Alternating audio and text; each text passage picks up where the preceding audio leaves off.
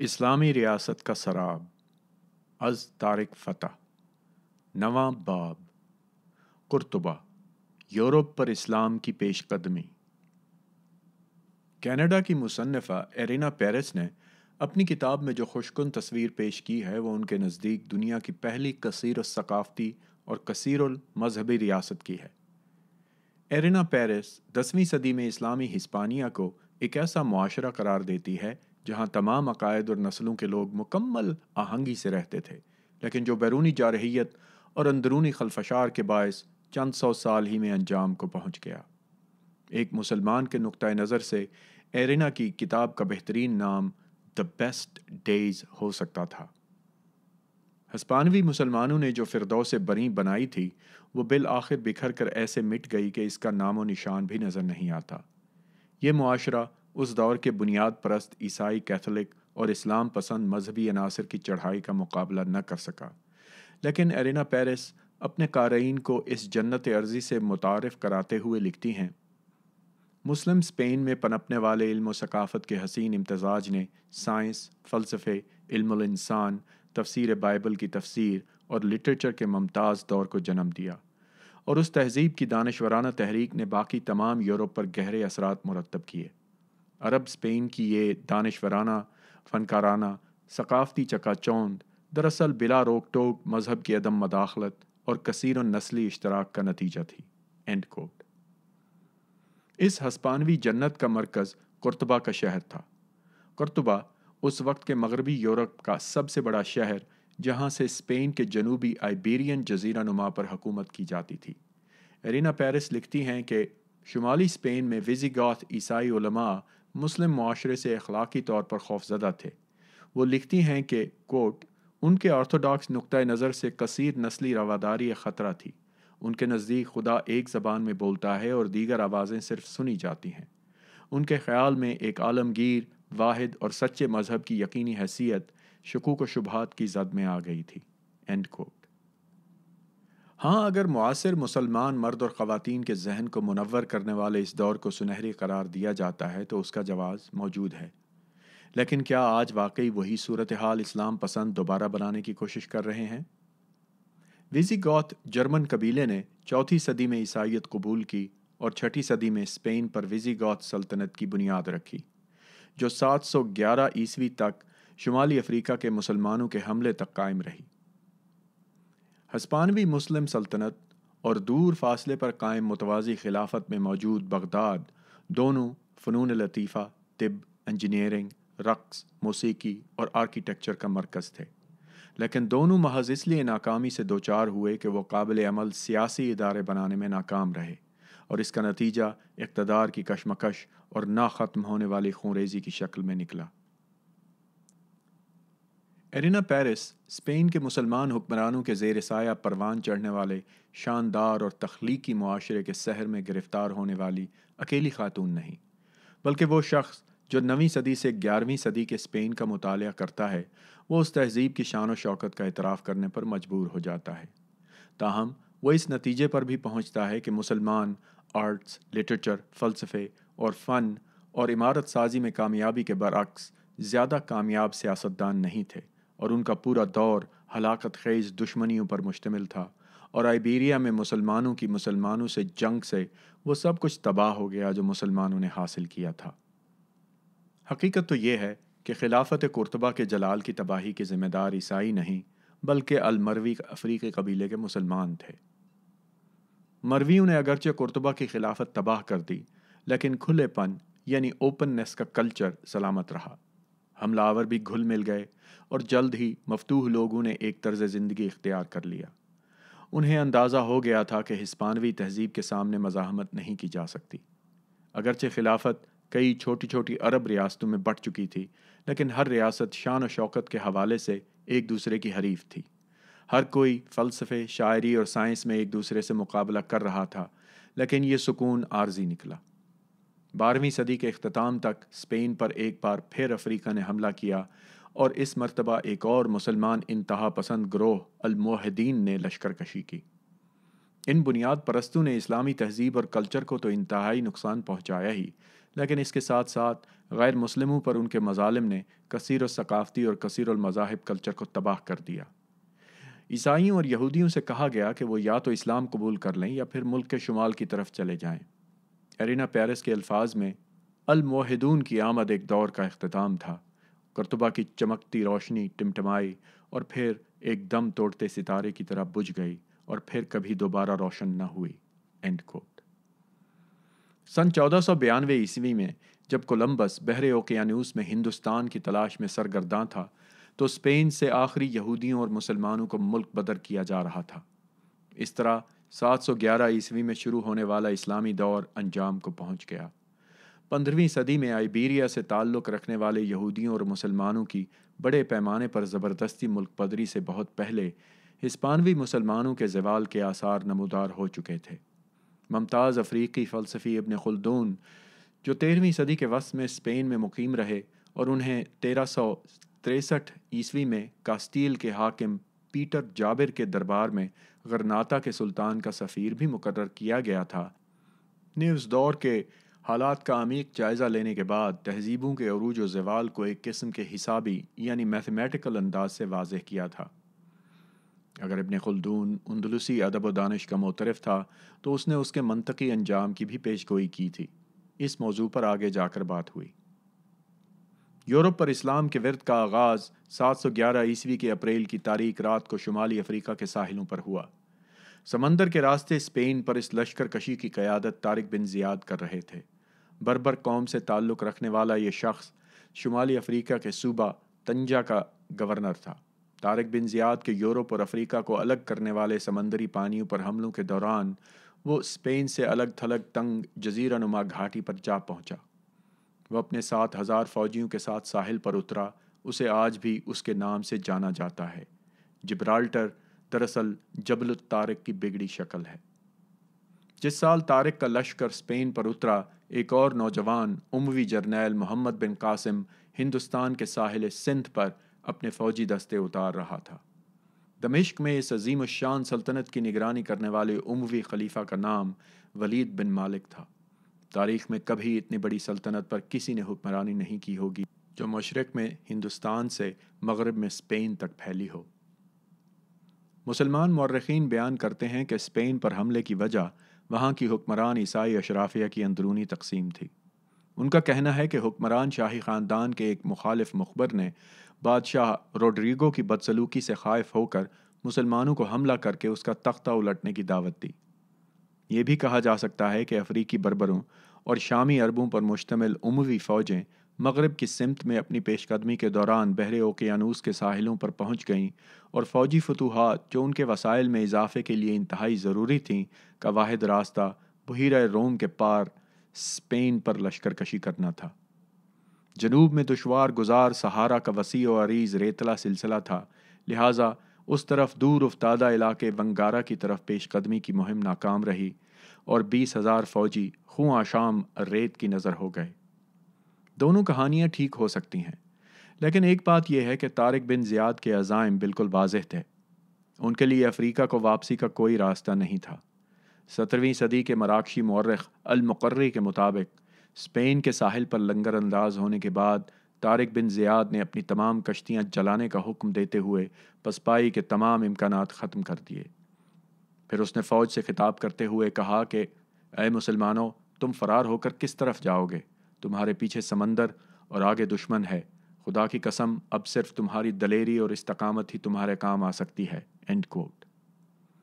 Spain پر اترنے کے بعد چند مہینوں میں ہی طارق کے لشکر نے نواحی علاقوں کو زیر نگین کر لیا اور 19 جولائی 711 کو وہ شاہ روڈریگو کی فوج کے سامنے کھڑا تھا۔ عددی برتری کے باوجود ویزیگوت فوج کو گوادلی کے محاذ پر شکست ہوئی۔ عیسائی فوج پر فتح سے اس نظریے کی حقیقت کو تقویت ملتی ہے کہ ہسپانوی باشندوں میں اندرونی اختلافات اور چپکلش سے طارق کو فائدہ اٹھانے کا موقع ملا۔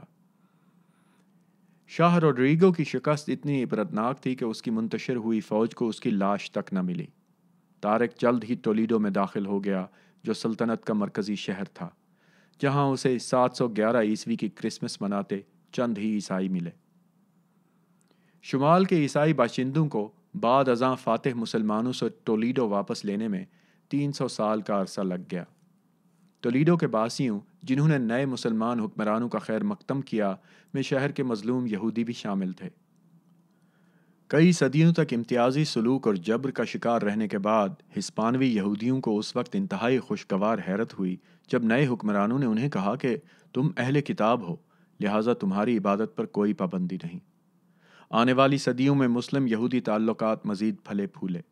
اس کی مثال 12ویں صدی کے دو فلسفی ہیں، ایک ابن رشد جو مسلمان تھے، جبکہ دوسرا مائمونیڈیز یا ابن میمون جو یہودی تھا۔ اسلام میں نئے نئے داخل ہونے کے جذبے سے معمور بربر فوج دمشق میں خلیفہ اور افریقہ میں اس کے بااعتماد عرب گورنر موسیٰ بن نصیر کی توقعات سے زیادہ کامیاب ثابت ہوئی۔ اسپین پر بربروں کے بلا شرکت غیر کنٹرول پر تشویش میں مبتلا ہوتے ہوئے موسیٰ بن نصیر نے 18,000 سپاہیوں، جن میں اکثریت عربوں کی تھی، پر مشتمل نئی فوج بھرتی کی۔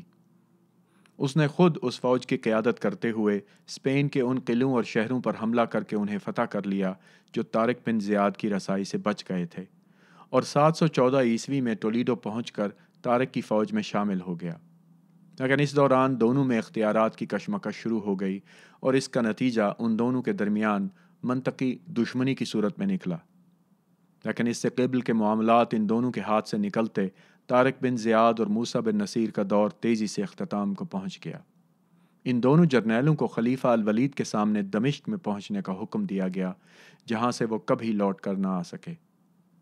لگتا ہے کہ خلیفہ الولید مسلمانوں کے دور افتادہ علاقوں میں کامیابیاں حاصل کرنے والے جرنیلوں پر نظر رکھے ہوئے تھا۔ جس وقت وہ طارق کو واپس بلا رہا تھا، اس نے ہندوستان میں اپنے جرنیل محمد بن قاسم کو بھی معزول کر کے طلب کر لیا۔ بہرحال اس کے بعد اگلی 7 صدیوں میں اسپین میں جو دور آیا، وہ ایک سیکولر معاشرے میں ثقافت، آرکیٹیکچر اور روشن خیالی کا دور تھا، اور یہ معاشرہ پوری دنیا کے لیے ترقی کا مینارہ نور بن کر ابھرا۔ اقتدار کی کشمکش، خانہ جنگیوں اور محلاتی سازشوں سے قطع نظر، اسلامی اسپین وہ جگہ تھی جہاں دنیا بھر سے دانشور جمع ہو گئے، جہاں عظیم الشان لائبریریاں بنائی گئیں، جہاں پہلی بار اسٹریٹ لائٹنگ اور آب رسانی کا نظام متعارف کرایا گیا۔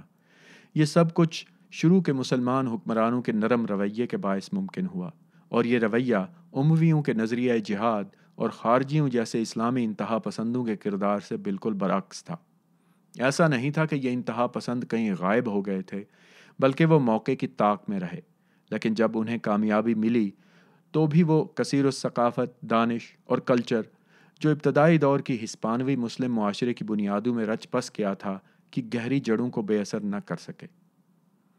اندلسی تہذیب کو درپیش چیلنجوں کو سمجھنے کے لیے ہمیں ابن رشد اور ابن میمون کے تجربات کو پیش نظر رکھنے کی ضرورت ہوگی۔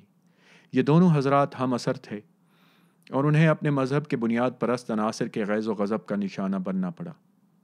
12ویں صدی کا مسلم اسپین نہ صرف یہودیوں اور مسلمانوں کی سماجی یگانگت کی جنت تھی، بلکہ عیسائی، جنہیں مزارب کے نام سے جانا جاتا تھا، وہ بھی اس عمل کا حصہ تھے، اور انہیں تبدیلی مذہب کے لیے مجبور نہ کیا گیا۔ یہ سیکولرزم کی تقلید کا دور تھا، اور الہامی کتابوں کی تفسیروں کو چیلنج کرنے کی روایت عام تھی۔ ابن رشد ان نکتہ دانوں میں سر فہرست تھا جو انسانی معاشرے اور مذہب کے کردار کو سمجھنے کے لیے عقلیت کے استعمال کے حامی تھے۔ عقلیت یعنی عقل سے۔ یونانی فنون پہلے ہی 9ویں صدی سے اسپین آنا شروع ہو گئے تھے۔ ارسطو کی تحریروں کا نئے زاویے سے مطالعہ کیا جا رہا تھا، جس سے الہامی کتب کی بجائے بڑے پیمانے پر عقلیت یا ریشنلزم کو کسی بحث کے نتیجے کی بنیاد بنانے کے رجحان کو قبولیت ملی۔ اس رجحان سے اسپین کے تینوں مذاہب کے مذہبی رہنماؤں کو سنگین خطرات محسوس ہونے لگے۔ جب تک ابن رشد نے یونانی سائنس، ریاضیات اور طب سے متعلق علوم اختیار کیے، ائمہ کو پریشانی نہ ہوئی، لیکن جیسے ہی اس نے اسلام کا تنقیدی تجزیہ کرنے کی کوشش کی تو اسے ملاؤں کا غیظ و غضب مول لینا پڑا۔ مثال کے طور پر ابن رشد نے علماء کی زبانی جمع خرچی کی روش کو چیلنج کیا۔ ان کا موقف تھا کہ صرف فلسفی حضرات ہی منطقی تربیت کے باعث قرآن کی مجاز پیرائے میں بیان کی گئی آیات کو بہتر طور پر سمجھ سکتے ہیں، اور ان کی آیات کی تفسیر کے لیے کسی مذہبی مہارت کی ضرورت نہیں ہے۔ ابن رشد کے آبائی شہر قرطبہ کے ائمہ نے فوراً اسے مرتد قرار دے کر سزائے موت کا فتویٰ جاری کر دیا۔ مسجد اسٹیبلشمنٹ میں اشتعال اتنا بڑھ گیا کہ علماء نے ابن رشد کی کئی کتابوں کو نظر آتش کر دیا۔ اگر اسلامی اسٹیبلشمنٹ ابن رشد سے خفا تھی تو کیتھولک چرچ کی ناراضگی اس سے بھی سوا تھی۔ جیسے ہی اس کی کتابیں ہسپانوی سرحد پار کر کے عیسائی یورپ میں پہنچیں تو ایک خطرہ سمجھ کر کافر قرار دے دیا گیا۔ چرچ اگلی کئی صدیوں تک ابن رشد کو مطعون کرتا رہا۔ بالکل اسی طرح بعض مسلمان طبقے بھی اس فلسفے کو عقیدے کے لیے خطرہ سمجھتے رہے۔ کلیسا نے اندلس میں ان عیسائی دانشوروں کو بھی نہ بخشا جو اقلیت اور استدلال کو عام کر رہے تھے۔ حقیقت یہ ہے کہ چرچ مسلمانوں اور یہودیوں کے ساتھ مل کر کام کرنے والے ہر عیسائی کو غدار سمجھتا تھا۔ یہودیوں کی موسس میمونیڈیز یعنی ابن میمون کو بنیاد پرست ربی حضرات کے قہر کا سامنا کرنا پڑا۔ وہ بھی جمود یعنی سٹیٹس کوو کی کیفیت کو چیلنج کر رہا تھا۔ ابن رشد کا قریبی دوست ابن میمون مذہب کی عقلی بنیادوں پر تشریح کر کے اپنے مسلمان ساتھی کے نظریے کا حامی تھا۔ ابن میمون، جنہیں بعض حلقے عظیم ترین یہودی فلسفی قرار دیتے ہیں، نے اپنی شاندار تحریروں میں لکھا، کوٹ: اگر کسی کے پاس گھریلو استعمال کے لیے چراغ یا چنوکھا چراغ فراہم کرنے کے لیے وسائل موجود ہوں تو گھریلو چراغ کی مثال کو ترجیح دی جائے گی کیونکہ یہ گھریلو امن میں کردار ادا کرتا ہے۔ End quote. یہودی مذہب کی طرف سے اس کے اس رجحان نے اندلس کی یہودی برادری میں تقسیم پیدا کر دی۔ بنیاد پرستی نے مزاحمت کی اور ابن میمون کی کتابیں بھی کھلے عام جلا دی گئیں۔ ایسا لگتا ہے کہ تینوں الہامی مذاہب اقلیت پر مبنی نظریات سے خوف زدہ تھے۔ افسوس کہ یہ صورتحال آج بھی برقرار ہے۔ استدلال کے یہ مفکر سیکولر اور مذہب کی اقلیت پر تشریح کے حامی اپنے دور سے کہیں آگے تھے۔ ان کے کام نے کئی صدیوں پر یورپ کو متاثر اور تبدیل کر دیا، لیکن 12ویں صدی میں مسلمان حکمرانوں کا اسپین میں پیدا کردہ روشن خیالی کا ماحول بھی اس کے تحفظ میں ناکام رہا۔ تاہم بعد ازاں اقلیت کے یہ شعلے تاریک یورپ میں بلند ہوتے چلے گئے۔ اس روشنی کو مسلمان اور عیسائی بنیاد پرستی کے دو طرفہ حملوں نے بجھا دیا۔ ابن رشد اور ابن میمون دونوں اس وقت حیات تھے جب متعصب اسلام پسندوں الموحدون نے قرطبہ کو فتح کیا اور اس وقت تک کے روادار معاشرے پر سخت ترین حکومت مسلط کر دی۔ بعض لوگ خیال کرتے ہیں کہ یہ اسپین میں مسلمانوں کی حکمرانی کا اختتام تھا، جس کا سبب وہ جنونی بنے جو اسلام کے تحفظ کے لیے اللہ کے مجاہد بنے رہے، لیکن انہوں نے دراصل اسپین سے اسلام کی رخصتی میں کردار ادا کیا۔ آخر میں اسپین میں کثیر القومی سیکولر معاشرے سے اسلام پسندوں کی نفرت وہاں پر مسلمانوں کے زوال کا اس طرح باعث بنی جس طرح کیتھولک اسلام کی روشن خیالی کو مطعون کرتے تھے۔ دونوں اسلامی اور عیسائی بنیاد پرستوں نے دنیا کی پہلی کثیر الثقافت کثیر المذاہب معاشرے کی تباہی میں کردار ادا کیا، اور اس کا نتیجہ جزیرہ نما آئیبیریا میں تمام یہودیوں اور مسلمانوں کو صفحہ ہستی سے مٹانے کی صورت میں نکلا۔ ایرینا پیرس نے بجا طور پر اس کے لیے دی اینڈ آف ڈیز کی اصطلاح استعمال کی ہے۔ اسپین میں مسلمانوں کے 700 سالہ دور کا خاتمہ اس تباہی کا تسلسل تھا جو قبل ازیں اسلام کی مشرقی خلافت بغداد پر ٹوٹ پڑی، جہاں مغلوں اور تاتاریوں نے بھی کتابیں جلا کر مسلم تہذیب کو برباد کر دیا۔ ہاتھ سے لکھے مخطوطات کی راکھ اور سیاہی سے دریائے دجلہ کا پانی سیاہ ہو گیا۔ برطانیہ میں مقیم پاکستانی ناول نگار طارق علی نے اپنے مشہور ناول شیڈوز آف پامیگرینیٹ میں مسلم اسپین کے شمالی عیسائی خطے کے ہاتھوں زوال کی انتہائی شاندار تصویر کشی کی ہے۔ نیچے درج کیے گئے اس پیرے میں شکست اور ہتھیار ڈالنے کے موڈ کو جس انداز میں بیان کیا گیا ہے وہ اس تاریخی المیے پر لکھنے والے چند ہی افراد کے حصے میں آیا ہے۔ یہ منظر غرناطہ کا ہے جہاں 7 سال پہلے عیسائی فوجوں کا قبضہ ہوا ہے۔ یہ 1 دسمبر 1499 کا دن تھا۔ 5 نائٹ کمانڈروں کی قیادت میں عیسائی سپاہی شہر کی 195 لائبریریوں اور درجنوں گھروں میں داخل ہوئے جہاں کتابوں کے ذخیرے موجود تھے۔ عربی میں لکھی ہر تحریر ضبط کر لی گئی۔ سائمن ڈی سنسیروس کا پختہ یقین تھا کہ کافروں کا بحیثیت طاقت خاتمہ اسی صورت میں ممکن ہے کہ ان کی ثقافت کو مٹا دیا جائے۔ اس کا مطلب تمام کتابوں کی منظم انداز میں تباہی ہے۔ سینہ بسینہ روایات تاہم کچھ عرصہ مزید زندہ رہیں، پھر ان گستاخ زبانوں کو بھی تلاش کر کے خاموش کر دیا گیا، لیکن وہ خود نہیں تو کسی اور کو خوشی کا الاؤ روشن کرنا تھا۔ ایک ایسا شخص جو یہ سمجھتا ہو کہ مستقبل کو محبت یا تعلیم کے ذریعے نہیں بلکہ سختی اور نظم و ضبط سے محفوظ بنایا جا سکتا ہے، جیسا کہ یہ ضعیف العقل ڈومینیکی یا ڈومینیکن لوگ اپنے طور پر سمجھتے ہیں۔ آخر اس سے انہیں کیا ملا؟ ایک سپاہی چرچ کے عہدیدار یعنی پریلیٹ کی کھڑکی کے بالکل سامنے تعینات تھا۔ سائمن نے اس کی طرف دیکھ کر ہاتھ ہلایا اور یہ اشارہ آگ کا شعلہ پکڑے ہوئے شخص تک پہنچایا گیا اور آگ لگ گئی۔ آدھے گھنٹے بعد ہر طرف مکمل خاموشی تھی۔ پھر دسمبر کی اس یخبستہ رات کو ایک سوگ بھری آواز بلند ہوئی، جس کے بعد کسی نے روتے ہوئے کہا، لا الہ الا اللہ محمد الرسول اللہ۔ آگ کے شعلے اوپر سے اوپر ہو رہے تھے، آسمان خود بھی ایک جلتی کھائی دکھائی دے رہا تھا۔ وہ شعلوں کا ایک ایسا اسپیکٹرم نظر آ رہا تھا جیسے ہوا میں رنگدار خطاطی کو نظر آتش کیا گیا ہو۔ ایسا لگ رہا تھا کہ ستارے بھی صدمے سے آنسو بہا رہے ہیں۔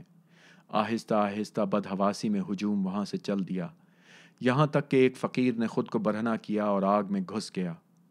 علمی کتابوں کے بغیر ہماری زندگی کا کیا مقصد باقی رہ جاتا ہے؟ وہ دم گھٹنے کے درمیان بولا۔ اس نے کہا، انہیں خمیازہ بھگتنا پڑے گا۔ انہوں نے آج جو ہمارے ساتھ کیا، اس کی قیمت انہیں ادا کرنا پڑے گی۔ پھر شعلوں نے اس کا وجود ڈھانپ لیا۔ حتیٰ کہ آج تک مسلمان اس عظیم نقصان پر ماتم کناں ہیں۔ اس بھکاری کی طرح کئی دیگر افراد نے ان شعلوں میں خود کو جلا لیا جو اب بھی ہماری کتابوں کو چاٹ رہے ہیں، لیکن محض چند لوگ ہی یہ سوال کرنے کی جرت کرتے ہیں، کیا اپنی بد نصیبی کے ہم خود ذمہ دار تھے؟ شام اور عراق میں پہلی مسلمان بادشاہوں کے قتل و غارت کے نتیجے میں زوال کے مقابلے میں اسپین میں اسلامی حکومت رحم دلی پر استوار تھی۔ اس میں کوئی شک نہیں کہ خانہ جنگی، قتل اور محلاتی سازشیں عام تھیں۔ حقیقت یہ ہے کہ ہسپانیہ کے نئے مقبوضہ علاقوں میں پہلی بار انتقال اقتدار ایک امیر کا سر قلم کرنے سے ہوا۔ جب موسیٰ بن نصیر کو دمشق طلب کر لیا گیا تو اس نے اپنی جگہ اپنے بیٹے عبدالعزیز کو حکمران تعینات کر دیا، جس نے فوراً سابق بادشاہ روڈریگو کی بیوہ سے شادی رچا لی تاکہ پریشان حال مقامی افراد کی الجھن دور ہو سکے، اور سابق بادشاہ کا تاج بھی پہن لیا جو نئی ملکہ نے اسے پیش کیا تھا۔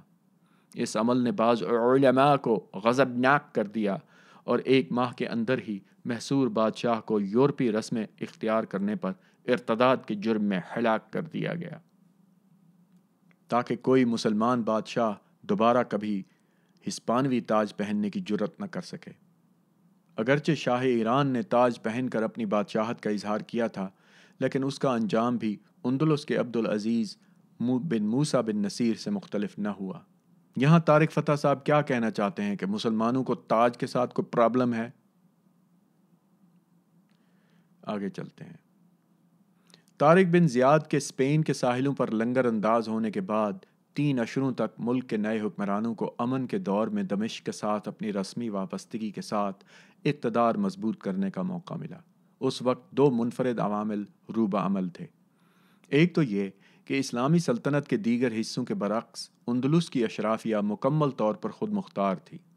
اس کا نئی اشرافیہ کو یہ فائدہ ہوا کہ وہ اسلامی قانون کے تحت مال غنیمت کا 5واں حصہ خلیفہ کو بھیجنے کی خواہاں نہیں تھی۔ دوسرا فیکٹر قابضین کا ملا جلا نسلی پس منظر تھا۔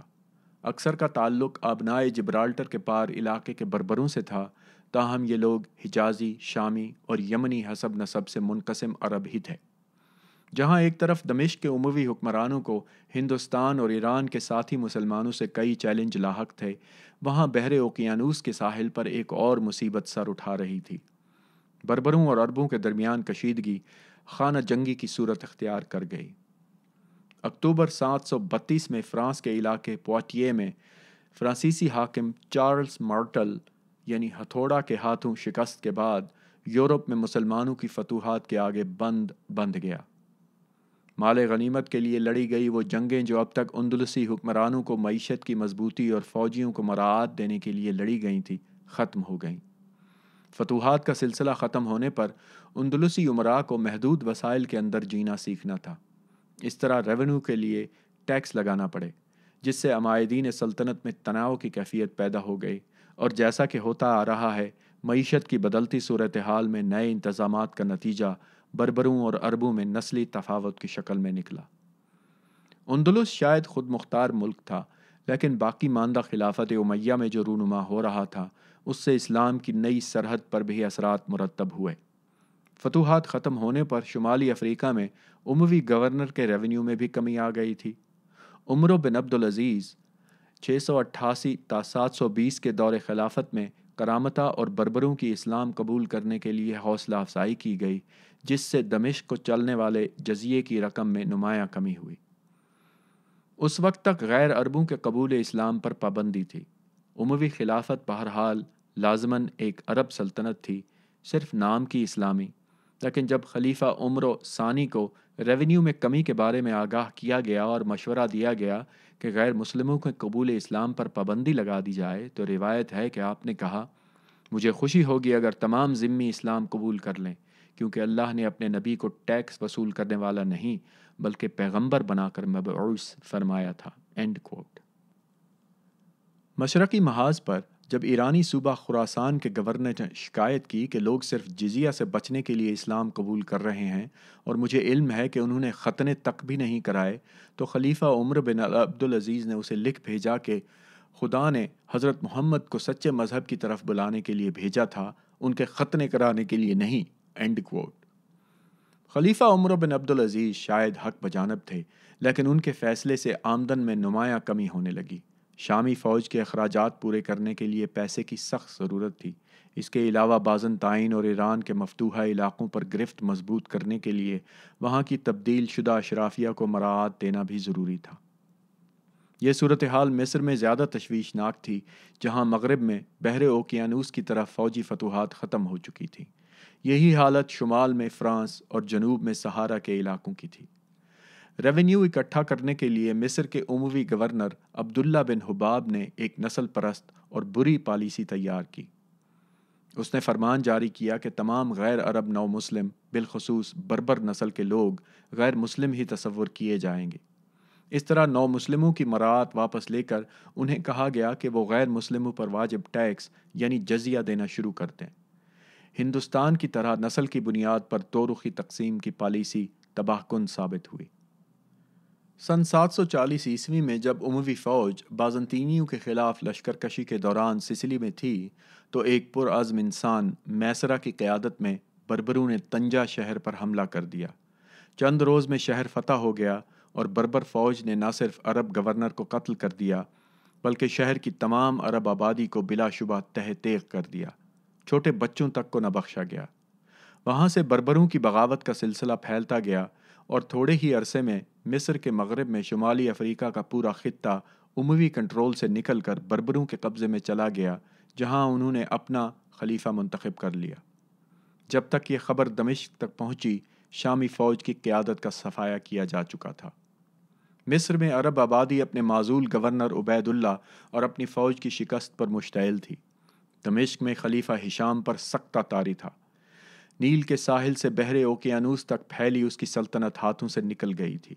یہ شکست بالخصوص اس لیے تکلیف دہ تھی کیونکہ عربوں کو ان لوگوں کے ہاتھوں ہزیمت اٹھانا پڑی جنہیں وہ اپنے سے کمتر سمجھتے تھے۔ آخر سیاہ رنگت والے زمین پر خدا کے نائب کی فوج کو کیوں کر شکست دے سکتے تھے؟ بیان کیا جاتا ہے کہ خلیفہ نے اعلان کیا کہ اللہ کی قسم، میں انہیں بتا دوں گا کہ قدیم عرب نسل کا قہر کیا ہوتا ہے۔ میں ان کے خلاف جنگ کے لیے ایسی فوج بھیجوں گا جو انہوں نے کبھی نہیں دیکھی ہوگی۔ اس فوج کا اگلا حصہ ان کے پاس اور پچھلا ابھی دمشق میں ہی ہوگا۔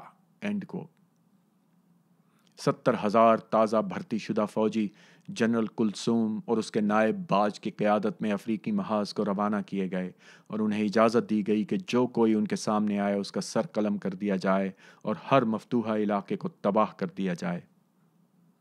اہل شام کو ایک غیر متوقع جھٹکا لگا۔ اس سے پہلے کہ وہ مغرب میں بربر فوج کو جا لیتے، وہ مزاحمت کرنے کے لیے بھاگ کر مصر کے عرب شہروں میں چلے گئے، جہاں انہیں اتحادی نہیں بلکہ حملہ آور سمجھا گیا۔ 741 کے وسط تک بربروں اور عربوں میں بڑی بڑی جنگیں لڑی گئیں اور بربروں نے حملہ آور فوج کو بری طرح شکست دے دی۔ پورے شمالی افریقہ میں مسلمان دوسرے مسلمان کا خون بہا رہا تھا۔ بالآخر باج اور باقی ماندہ فوج محصور ہو گئی اور مصر واپس جانے کے قابل نہ رہی، جس پر وہ فرار ہو کر اسپین چلا گیا۔ مراکش کی ساحلی پٹی پر پہنچ کر اس نے ساحلی شہر سیوطا فتح کر لیا اور اپنی فوج سمیت وہاں پڑاؤ ڈال لیا۔ بربروں نے طویل عرصے تک قصبے کا محاصرہ کیے رکھا، جس سے قحط کی سی صورتحال پیدا ہو گئی۔ اسپین میں نئے امیر 90 سالہ عبد المالک نے حال ہی میں اقتدار سنبھالا تھا۔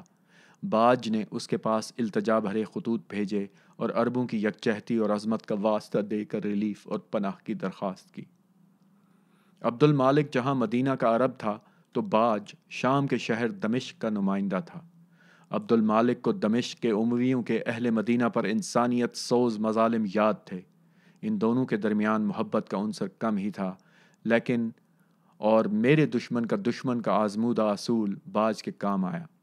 عبد المالک کو بھی سرکش بربروں کا سامنا تھا، جو حکمران عرب اشرافیہ کے ہاتھوں دوسرے درجے کے شہریوں جیسے سلوک پر نالاں تھی۔ جزیرہ نما آئیبیریا کو طارق بن زیاد کی کمان میں بربروں نے فتح کیا تھا، لیکن اہم عہدے اور زرخیز زمینیں ان عربوں کو دی گئیں جو موسیٰ بن نصیر کی سربراہی میں اس وقت اندلس پہنچے جب جنگ اختتام کو پہنچ چکی تھی۔ چونکہ اسپین میں بھی بغاوت کے نمایاں آثار دکھائی دے رہے تھے، لہٰذا عبد المالک کے پاس سیوطا میں پھنسے اموی سپاہیوں کو بچانے اور انہیں اسپین لانے کے سوا کوئی چارہ کار نہیں تھا۔ اس لیے اس نے ان لوگوں کو اسپین میں اپنے لشکر میں شامل کر لیا تاکہ اپنے پچھواڑے سر اٹھانے والی بربر بغاوت کو کچل سکے۔ تاہم باج ایک ایسا چالاک اونٹ ثابت ہوا جس نے آہستہ آہستہ پورے خیمے سے عرب کو نکال باہر کیا۔ ابھی بربروں کی بغاوت کچلی ہی تھی کہ باج اور اس کے حامی سپاہیوں نے اسپین سے جانے کے معاہدے سے پھرتے ہوئے قرطبہ میں امیر کے محل پر حملہ کر کے امیر کو نکال باہر کیا اور اس کی جگہ باج کو امیر منتخب کر لیا گیا۔ عبد المالک، جس نے امویوں کو سیول میں بچایا تھا، عبرت ناک موت سے دوچار ہوا۔ 20 ستمبر 741 میں اسے گلیوں میں گھسیٹ کر کوڑے مارے گئے، پھر اس کے سینے میں تلوار گھونپ دی گئی۔ بوڑھے امیر کی لاش ایک پل کے اوپر لٹکا دی گئی۔ اس کے ایک ہاتھ پر کتے اور دوسرے پر سور کی لاشیں رکھی تھیں۔ مدینہ کے اس بوڑھے شخص کے ساتھ اتنا ظالمانہ سلوک کیا گیا کہ قرطبہ کی آبادی بھی آپس میں ٹکرا گئی۔ ایک طرف مدینہ کے عرب تھے اور دوسری طرف باج کی زیر قیادت اموی تھے۔ ایک بار پھر سقیفہ بنو سعد میں اہل مدینہ کو لگنے والا زخم ہرا ہو چکا تھا۔ مدینہ کا ایک باسی اموی کے ہاتھوں ہولناک موت کا شکار ہوا تھا۔ عبد المالک کی انسانیت سوز موت اسپین کے دو بڑے عرب گروپوں کے درمیان بڑی جنگ کا شاخسانہ ثابت ہوئی۔ اسپین میں طویل عرصے سے مقیم اہل مدینہ کو البلادیوں یعنی مقامی، جبکہ باج کے ساتھ آنے والوں کو شامیوں یعنی شام والے کہا جاتا تھا۔ عبد المالک کے بیٹوں نے فوج منظم کر کے اہل شام کو نکالنے کے لیے قرطبہ پر حملہ کر دیا۔ اگرچہ لڑائی میں باج مارا گیا، لیکن حملہ آور قلعہ بند شہر میں داخل ہونے اور فیصلہ کن شکست دینے میں ناکام رہے۔ اپنے لیڈر باج کی موت کا انتقام لینے کے لیے شامیوں نے تمام قیدی پکڑ کر بطور غلام فروخت کر دیے، اور ان لوگوں کی توہین کے لیے سب سے زیادہ نہیں بلکہ سب سے کم بولی دینے والوں کو غلام فروخت کیے گئے۔ ایک مدنی غلام کی باری جب کسی نے 10 اشرفیوں کی بولی دی تو اگلی بولی بکری یا اس کے بعد کتے کی بولی لگائی گئی۔ مسلمان کتوں اور بکریوں کے عوض اپنے ساتھی مسلمانوں کو خرید رہے تھے۔ یہ سب کچھ اسلام کے نام پر اور ایک خیالی اسلامی ریاست کے قیام کے عزائم کے تحت ہو رہا تھا۔ اسپین میں مسلمانوں کے مختلف دھڑوں کے درمیان گاہے بگاہے جنگوں کا سلسلہ جاری رہا، اور دمشق میں اموی خلافت کے خاتمے کے بعد اندلس اب خلافت سے کٹ کر الگ تھلگ سلطنت تھا۔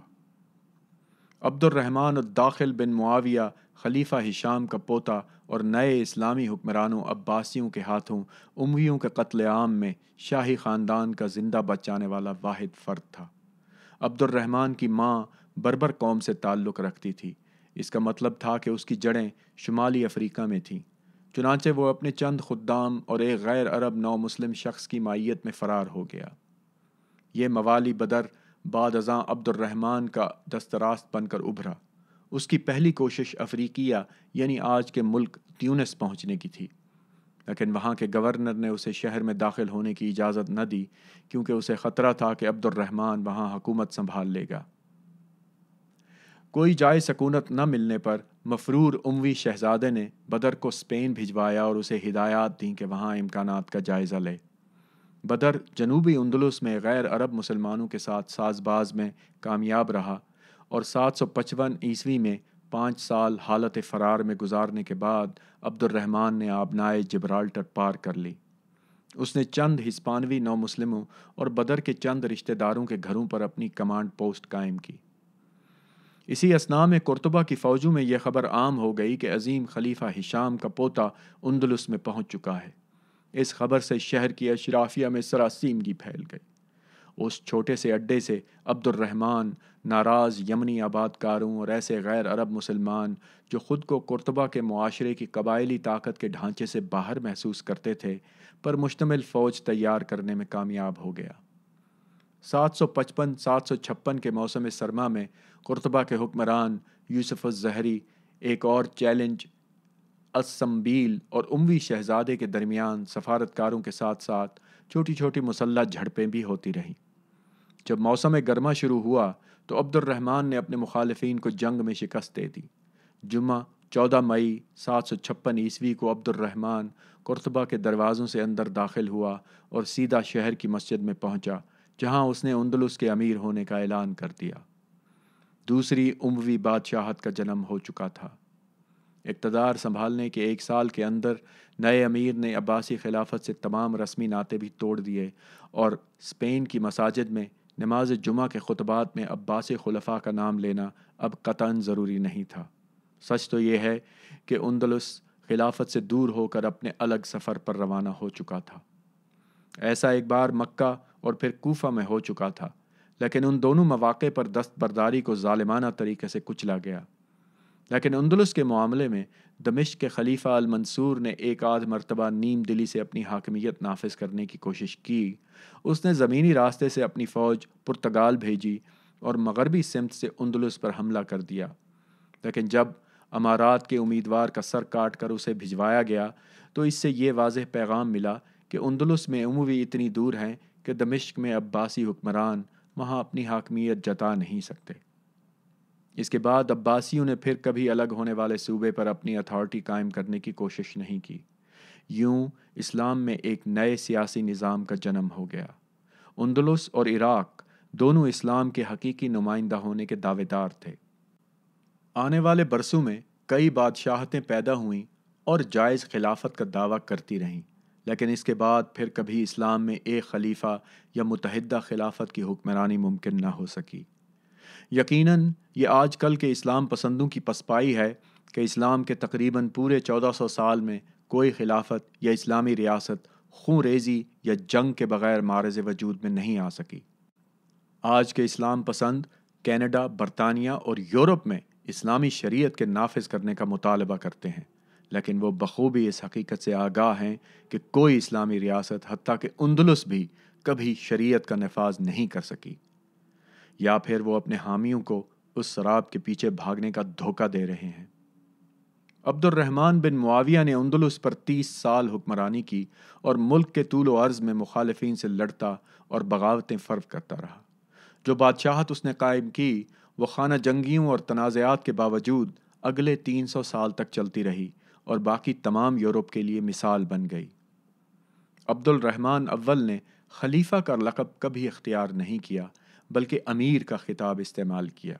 اس کے بیٹے ہشام اور 5 دیگر جانشینوں نے بھی امیر ہی کا لقب استعمال کیا، البتہ یہ روایت اس کے ہم نام عبد الرحمن سوم نے سن 929 میں توڑ دی اور خلیفہ اور امیر المؤمنین بن بیٹھا۔ اسکاٹ لینڈ کی سینٹ اینڈریو یونیورسٹی کے پروفیسر ہیو کینیڈی عبد الرحمن سوم کے دور کو اموی خلافت کا سنہری دور قرار دیتے ہوئے اس خلیفہ کو رحم دل اور مرد حاکمیت کہا ہے۔ بیان کیا جاتا ہے کہ عبد الرحمن سوم ایک بین الاقوامی سوچ رکھنے والا انسان تھا اور اسے اپنی سلطنت کی کثیر المذاہب صورتحال کی اچھی طرح سمجھ تھی۔ وہ یورپی اور عرب نسل کی مرقع شخصیت تھی۔ اس کی ماں منترا فرانسیسی تھی جبکہ دادی انیگا شمالی اسپین کے علاقے نوار کے بادشاہ فورٹن گارسس کی بیٹی تھی، لیکن مکس خون ہونے کے باوجود اس کی اسلام سے وابستگی کمزور نہیں ہوئی تھی۔ البتہ اس کی وجہ سے وہ تمام عقائد کا احترام کرتا تھا۔ حقیقت یہ ہے کہ وہ پہلا ہسپانوی مسلمان حکمران تھا جس نے جہاد کو بھی سرحدی توسیع کے لیے بطور آلہ استعمال کیا۔ تعمیری فنون، ادب، موسیقی اور دیگر علم و دانش کے شعبوں کے فروغ کے ساتھ ساتھ اس کے دور میں خانہ جنگی بھی تسلسل سے جاری رہی۔ دراصل اس کے پیش روؤں نے اندلس کی سرحدوں کو قرطبہ شہر تک محدود کر دیا تھا۔ اسپین کے اس پہلے خلیفہ نے علیحدگی پسند مسلمانوں کے خلاف پہلے 8 سال تک لڑائیاں کی، پھر اپنے اقتدار کو مضبوط کرنے کے بعد 7 برس تک نہ صرف عیسائی ریاستوں سے جنگیں کیں بلکہ شمال کے اس علاقے پر بھی توجہ دی جو جزیرہ نما اسپین فتح ہونے کے بعد اب تک دسترس سے باہر تھا۔ اس وقت جب اسپین کے آخری خلفاء میں سے ایک ہشام سوم اقتدار میں آیا تو عبد الرحمن اول کے دور میں قائم کی گئی بادشاہت زوال پذیر ہو رہی تھی۔ اعلیٰ درجے کی تہذیب اور عظیم دانشورانہ کامیابیوں کے باوجود یہ مسلمان دیگر مسلمانوں کی طرح ایسے سیاسی اداروں کو فروغ دینے میں ناکام رہے جو اقتدار کے تحرک یعنی ڈائنامکس آف پاور، اختیارات کے استعمال اور سیاسی اپوزیشن کو مواقع فراہم کر سکتے۔ خلیفہ کا تختہ الٹنا اور اس کو قتل کرنا معیاری طریقہ کار تھا۔ سن 1031 میں ہشام سوئم کا تختہ الٹ دیا گیا اور خلافت ٹوٹ کر کئی علیحدگی پسند چھوٹی اسلامی ریاستوں میں تقسیم ہو گئی۔ اگر ان ریاستوں کا الگ خلیفہ نہیں تو اپنا امیر ضرور تھا، اور ہر کوئی اپنی نسلی یا قبائلی حاکمیت اور حق پرستی کا دعوے دار تھا۔ جزیرہ نما آئیبیریا میں ایک وقت کے دوران ایسی ریاستوں کی تعداد 29 تک جا پہنچی۔ یہ ریاستیں آپس میں دست و گریباں رہتی، وفاداریاں اور قسمت تبدیل ہوتی رہتی، لیکن کوئی ریاست دوسری پر حاوی نہ ہو سکی۔ اسی دوران شمالی حصے کی طرف سے عیسائیوں کی پیش قدمی شروع ہو چکی تھی اور عیسائی فوجیں دوبارہ ان علاقوں کا دعویٰ کر رہی تھیں جو 300 سال پہلے ان کے ہاتھوں سے نکلے تھے۔ سن 1005 میں ویسی گوت سلطنت کا دارالحکومت تولیدو جو طارق بن زیاد نے فتح کیا تھا، الفانسو ششم نے دوبارہ چھین لیا۔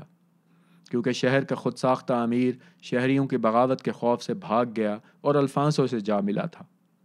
تولیدو پر عیسائی فوج کے قبضے کے بعد یہ نیو کاسٹیل کا دارالحکومت قرار پایا۔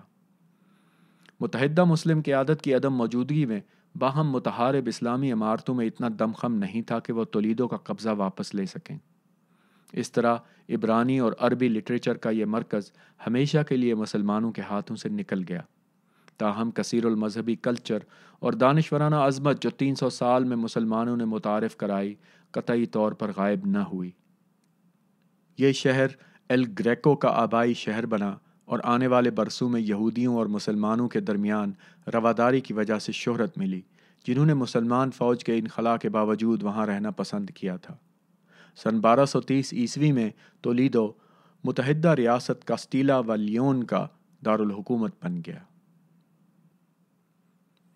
سن 1085 میں تولیدو میں مسلمانوں کی شکست اور عیسائیوں کے قبضے سے یورپ میں نہ صرف مسلمانوں کی پیش قدمی رک گئی بلکہ عیسائیت کے حوصلے بھی بلند ہو گئے، جس کی سرحدیں مسلمانوں کی پیش قدمی کے باعث سکڑ کر رہ گئی تھیں۔ جب مسلمان تولیدو کا قبضہ واپس لینے میں ناکام رہے تو یورپ بھر میں طاقت کا ایک تازہ احساس پیدا ہو گیا۔ شکست خوردہ پاپائیت جو اب تک عیسائیوں کی مدد کرنے کے قابل نہیں تھی، اب اپنے عقیدے اور یورپی خطے کی حفاظت کے لیے زیادہ تیار نظر آتی تھی۔ پہلی ہزاری یعنی ملینیم کے اختتام تک عیسائیوں کو یکے بعد دیگرے نہ صرف اسپین بلکہ مقدس سرزمین فلسطین میں بدسلوکی کا سامنا کرنا پڑا تھا۔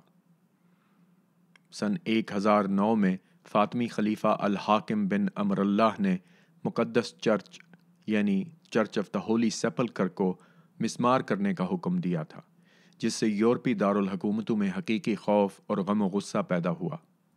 عیسائیت کا وجود خود بھی خطرے میں تھا۔ اگرچہ خلیفہ کے جانشین نے 1039 میں تعلقات بحال کرنے کی کوشش کرتے ہوئے بازنطینی سلطنت کو چرچ دوبارہ تعمیر کرنے کی اجازت دے دی، لیکن مسلم عیسائی تعلقات کو بہت زیادہ نقصان پہنچ چکا تھا۔ فاطمی خلفاء اور یورپی مسیحی بادشاہوں کے درمیان اعتماد کا کافی فقدان رہا۔ عیسائیوں کے خلاف ریاستی کارروائیوں کی بسا اوقات بڑھا چڑھا کر خبریں یورپ بھر میں پھیلائی گئیں۔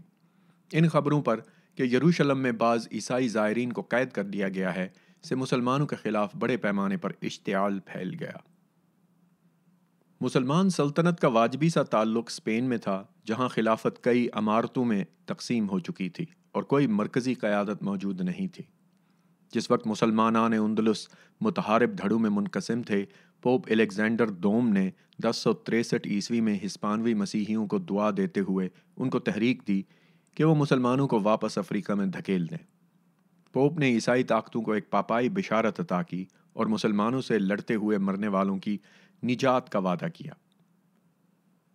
اسپین میں پوپ کے اس اقدام کے بعد قسطنطنیہ میں بھی بازنطینی شہنشاہوں کی جانب سے مدد کی درخواستیں آئیں، جنہیں سلجوقی ترکوں کے نئے خطرے کا سامنا تھا۔ سن 1074 میں بازنطینی شہنشاہ مائیکل ہفتم نے پوپ گریگوری ہفتم سے مدد کی درخواست کی، جبکہ 1095 میں شہنشاہ الیکشیش اول نے پوپ اربان دوم کو اسی نوعیت کا مراسلہ بھیجا۔ 27 نومبر سن 1095 عیسوی میں پوپ اربان نے فرانسیسی شہر کلیئرمونٹ میں ایک پلیٹ فارم پر مقدس شہر یروشلم اور کلیسا یعنی ہولی سیپلکر مسلمانوں سے واپس لینے کے لیے صلیبی جنگ کا اعلان کر دیا۔ 21ویں صدی کے جہادی ائمہ کی طرح پوپ اربان نے عیسائیوں پر زور دیا کہ وہ ایک دوسرے کے خلاف ہلاکت خیز جنگیں بند کر دیں اور فلسطین پر قبضے کے لیے متحد ہو جائیں۔ ان جہادیوں کی طرح جو خودکش بمباروں کو جنت کی نوید سناتے ہیں، پوپ اربان نے بشارت سنائی کہ جو عیسائی سپاہی کافروں سے لڑتے ہوئے مرے گا، اس کی زندگی کے تمام گناہ معاف ہو جائیں گے اور اس کا ٹھکانہ بہشت ہوگا۔ اگر فوجی محاذ سے زندہ واپس آ جاتا ہے تو بھی اس کی باقی ماندہ زندگی کے تمام گناہ بخشے جائیں گے۔ اس طرح صلیبی جنگوں کی شروعات ہو گئی اور کچھ رضاکار سپاہی یروشلم کو آزاد کرانے کے لیے مشرق کی طرف پیش قدمی کرنے لگے، جبکہ بعض دیگر اسپین کی فتح نو کے لیے تیار فوج میں شامل ہو گئے۔ اسلامی دنیا پر یورپ سے دو اطراف سے حملہ کیا گیا۔ سن 1085 عیسوی میں سقوط تولیدو کے بعد اندلس کو ہمیشہ کے لیے حملوں کی زد میں رہنے والے ملک کی حیثیت حاصل رہی۔ 11ویں صدی کے بعد سے اندلس متحارب مسلمانوں کی ایک ایسی ڈھیلی ڈھالی کنفیڈریشن بن چکا تھا جہاں ہر گروپ اپنے قبائلی تعلق اور اسلام کو اپنی بالادستی کے جواز کے طور پر پیش کرنے میں لگا ہوا تھا۔ صرف تولیدو کا حکمران ہی نہیں جو عیسائی دشمن کی فوج سے جا ملا تھا، بلکہ مسلمانوں کو کئی مواقع پر ان کے غدار لیڈروں نے دھوکے دیے۔ سن 1099 میں یروشلم بھی صلیبیوں کے ہاتھوں فتح ہو گیا، اور اس کی وجہ بھی یہ تھی کہ وہاں کی اشرافیہ کے بعض افراد نے اپنے مسلمان مخالفین کو ہزیمت پہنچانے کے لیے حملہ آوروں کا ساتھ دیا تھا۔ تولیدو کے بعد سن 1115 میں عیسائی فوج نے سراگوسا فتح کر لیا اور پھر پرتگال کے الفانسو اول نے 1147 عیسوی میں لزبن پر قبضہ کیا۔ جیسے جیسے عیسائی فوجیں پیش قدمی کر رہی تھیں، اندلس کی درجن بھر ریاستوں کے امراء پر لرزہ طاری ہو رہا تھا۔ ان کی بقا خطرے میں تھی، لہٰذا انہوں نے مراکش اور جنوبی افریقہ میں بربر ریاستوں کو مدد کی درخواستیں بھیجیں، جس پر المراوی حکمرانوں نے مثبت جواب دیا۔ انہوں نے ایک فوج اسپین بھیجی جس نے عیسائیوں کو واپس لیون کی طرف دھکیل دیا۔ اہل اندلس کو عیسائیوں کے خطرے سے بچا لیا گیا، لیکن اس کی قیمت ادا کرنا پڑی۔ حملہ آور بربروں کا واپس افریقہ کے قبائلی ماحول میں جانے کا کوئی ارادہ نہیں تھا۔ آسائشوں کا ماحول، زرخیز زمین اور خوبصورت عورتیں ان کے وہاں قیام کے لیے کافی جواز تھا۔ جیسا کہ باج یہاں پناہ لینے کے لیے آیا تھا اور پھر اس نے واپس جانے سے انکار کر دیا، بالکل ویسا ہی المرویوں نے کیا، لیکن ان کے حد سے زیادہ قدامت پسند اسلامی نظریے نے اندلسی معاشرے کو تہہ و بالا کر دیا۔ اندلسی لوگ بنیاد پرست اسلام سے ناآشنا تھے، لیکن ان کے المروی نجات دہندگان نے مراکش کے پہاڑوں اور صحراؤں کی سختی اسپین کے سرسبز پہاڑوں اور خوشنما وادیوں پر مسلط کر دی۔ ان کی اسپین پر حکمرانی محض 40 برس برقرار رہی۔ 1145 عیسوی میں مسلم اسپین ایک بار پھر پے در پے جنگوں میں گھر گیا۔ متحارب ریاستیں نہ صرف زمین بلکہ شاعروں اور دوسرے علاقوں کے فنکاروں کو بھی اکساتیں تاکہ ان سے اپنے دربار کی شان بڑھائی جا سکے اور اپنے ثقافتی ذوق کا روب جمایا جائے۔ شمال سے عیسائیوں کا خطرہ ابھی سر پر منڈلا رہا تھا کہ 1146 عیسوی میں جنوب سے الموحدون نے حملہ کر دیا۔ ان لوگوں نے حال ہی میں مراکش میں المرویوں کا اقتدار ختم کر کے ان کا قتل عام کیا تھا۔ موحدون آج کے طالبان کے مماثل تھے۔ ان کی فوج نے اندلس کو مکمل انہدام سے بچا لیا، لیکن انہوں نے ایک منظم طریقے سے اس ثقافت کا نام و نشان مٹا دیا جو ان کی بنیاد پرستی کے لیے خطرہ تھی۔ جبل الطارق پر طارق بن زیاد کے قدم رکھنے کے بعد پہلی بار تمام غیر مسلموں کو اسلام قبول کرنے کا حکم دیا گیا۔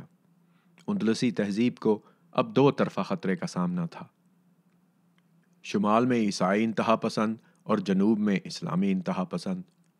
یہ دونوں آنے والے اشروں میں لڑتے رہے اور اندلس ایک غلام ریاست میں تبدیل ہو گیا جس کی لگام غیر ملکیوں کے ہاتھ میں تھی۔ الموحدون چاہتے تو عیسائیوں کی فتح نو سے دیرپا انداز میں نمٹ سکتے تھے، لیکن مسلمان اس موقع سے فائدہ اٹھانے میں ناکام رہے۔ 1195 میں موحد فوج نے کاسٹیل کے شاہ الفانسو سوئم کو الرکوس کے مقام پر فیصلہ کن شکست دی، لیکن تولیدو سمیت گزشتہ صدی میں چھینے گئے کسی شہر کو واپس لینے کی کوشش نہ کی۔ موحد خلیفہ، جسے مراکشی خطے کے بارے میں زیادہ تشویش تھی، واپس شمالی افریقہ چلا گیا، جس سے عیسائی فوجوں کو دوبارہ منظم ہونے کا حوصلہ ملا۔ سن 1211 تک موحدین نے کوئی نیا حملہ نہ کیا۔ اس سال حملے کے بعد باہم دست و گریبان عیسائی قوتیں پوپ کی حمایت سے مجتمع ہو گئیں۔ الفانسو سوم کی کمان میں عیسائیوں نے جولائی 1212 میں لاس نواس ڈی تولوسا کے مقام پر موحدون کو بڑی شکست سے دوچار کر دیا۔ عیسائیوں نے پہاڑوں میں سے خفیہ راستہ تلاش کر کے مسلمانوں پر پشت سے حملہ کر دیا۔ الفانسو سوم اور لیون، کاسٹیل، اراگون، نوارا اور پرتگال کی فوجوں نے الموحدون کو غفلت میں جا لیا۔ عیسائیوں نے بے خبر 1,00,000 مسلمان فوجیوں کو تہ تیغ کر ڈالا اور موحد خلیفہ محمد النصر افریقہ کو بھاگ گیا۔ اس کی شکست کے بعد مسلمانوں کے معزز رہنما یوسف بن ناصر نے عیسائیوں کے ساتھ مذاکرات کر کے تمام مسلمان فوجوں کو غرناطہ کی ریاست تک محدود کر دیا۔ یوں 1232 میں ناصری بادشاہت کا آغاز ہوا، جو اسپین میں مسلمانوں کی آخری بادشاہت ثابت ہوئی۔ اسپین کے متحدہ کاسٹیل صوبوں کے موجودہ حکمران فرڈینینڈ سوئم نے عیسائیوں کی پیش قدمی جاری رکھی۔ 1236 میں قرطبہ، 1230 میں مایورکا، ویلنچیا 1236، سویل 1248 اور الگارو 1248 میں فتح کر لیا گیا۔ اسلامی اسپین اب صرف غرناطہ تک محدود تھا، جنوبی پہاڑوں میں الجسرہ اور المیریا کے درمیان تک۔ موت کا ایک طویل اور سست رفتار عمل جاری رہا، لیکن آئیبیریا سے آخری مسلمان کی بے دخلی اور اسپین سے اسلام کے مکمل خاتمے میں مزید 250 سال کا عرصہ لگا۔ اسپین میں عیسائی فوجوں کی پیش قدمی کے ساتھ احتساب کا بھوت بھی در آیا۔ صلیبی جنگوں کی طرح اس احتساب کی جڑیں بھی پاپائیت میں تھیں۔ 1208 میں صلاح الدین کے ہاتھوں شکست کے بعد کیتھولک کلیسا نے اپنی توجہ یورپی عیسائیوں کی طرف مبذول کی، جو اس کے نزدیک مذہبی نظریات پر صحیح طریقے سے عمل نہیں کر رہے تھے۔ پوپ انوسنٹ سوم نے البائجنیسین صلیبی جنگ یا البائجنسین کروسیڈ کا اعلان کر دیا، لیکن یہ جنگ کافروں کے خلاف نہیں بلکہ جنوبی فرانس کے عیسائی فرقے کیتھری یا کیتھارس کے خلاف تھی، جنہیں البائجنسین بھی کہا جاتا ہے۔ یہ لوگ پوپ اور رومن کیتھولک چرچ کے خلاف انتہائی جارحانہ رویہ رکھتے تھے۔ ویٹیکن کے ارباب اختیار کو جس چیز پر زیادہ تشویش تھی وہ کیتھارز یا کیتھریوں کا یہ عقیدہ تھا کہ موت کے بعد روح کسی اور شکل میں واپس زمین پر آتی ہے۔ اس کے علاوہ یہ لوگ ہندوؤں اور زرتشتیوں کی رسومات سے ملتی جلتی روایات پر عمل کرتے تھے۔ انہیں پروٹیسٹنٹ کا نام دیا گیا۔ پوپ کے فرمان پر 15 سے 20 ہزار عیسائی سپاہیوں نے مثبت جواب دیا اور اس لشکر نے کیتھریوں کی اکثریت والے علاقوں پر دھاوا بول دیا۔ جنینیوں کی اس فوج کی قیادت پوپ کا متعصب نمائندہ آرنلڈ اموری کر رہا تھا۔ جب اس سے پوچھا گیا کہ وہ کیتھولک اور کیتھار عیسائیوں میں کیسے فرق کرے گا، اس نے جو جواب دیا وہ عیسائیت کی تاریخ کی بدنام ترین ضرب المثل بن گئی۔ ایبٹ آرنلڈ اموری نے کہا، ان سب کو قتل کر دو، خدا خود ہی پتہ چلا لے گا کہ کون کیا ہے۔ اس کے بعد جو قتل عام کیا گیا اس میں عیسائیوں نے اپنے ہی ہم مذہب 25,000 افراد کو ہلاک کر دیا۔ یہ قتل عام 40 سال تک جاری رہا۔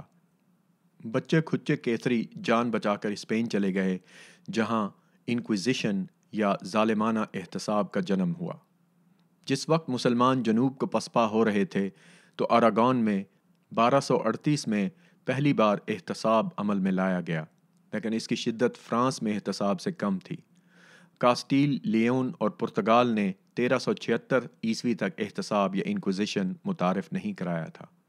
مسیحی احتساب کی حقیقی دہشت زیادہ واضح ہو رہی تھی کیونکہ مسلمان سلطنت اسپین کے آخری کنارے پر غرناطہ تک سکڑ چکی تھی۔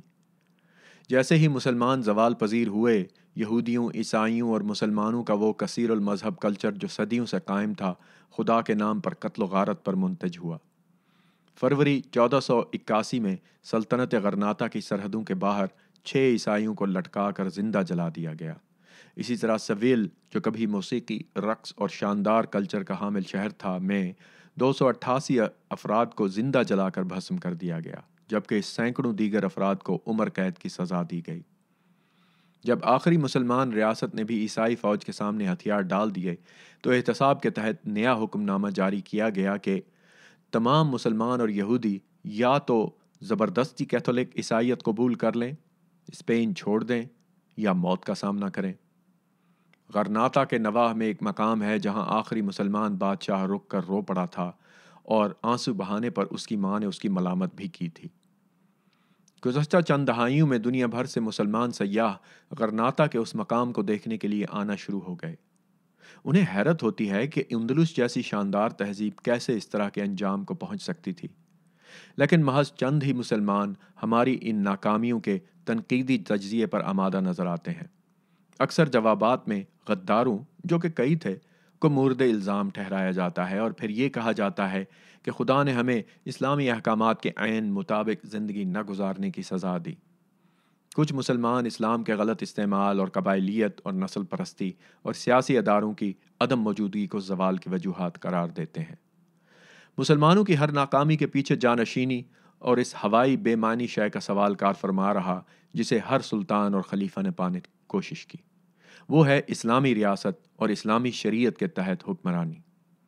مسلم اسپین اور اسی طرح تمام اسلامی سلطنتیں جائز جانشینی کے معاملے پر متفق ہونے میں ناکام رہیں۔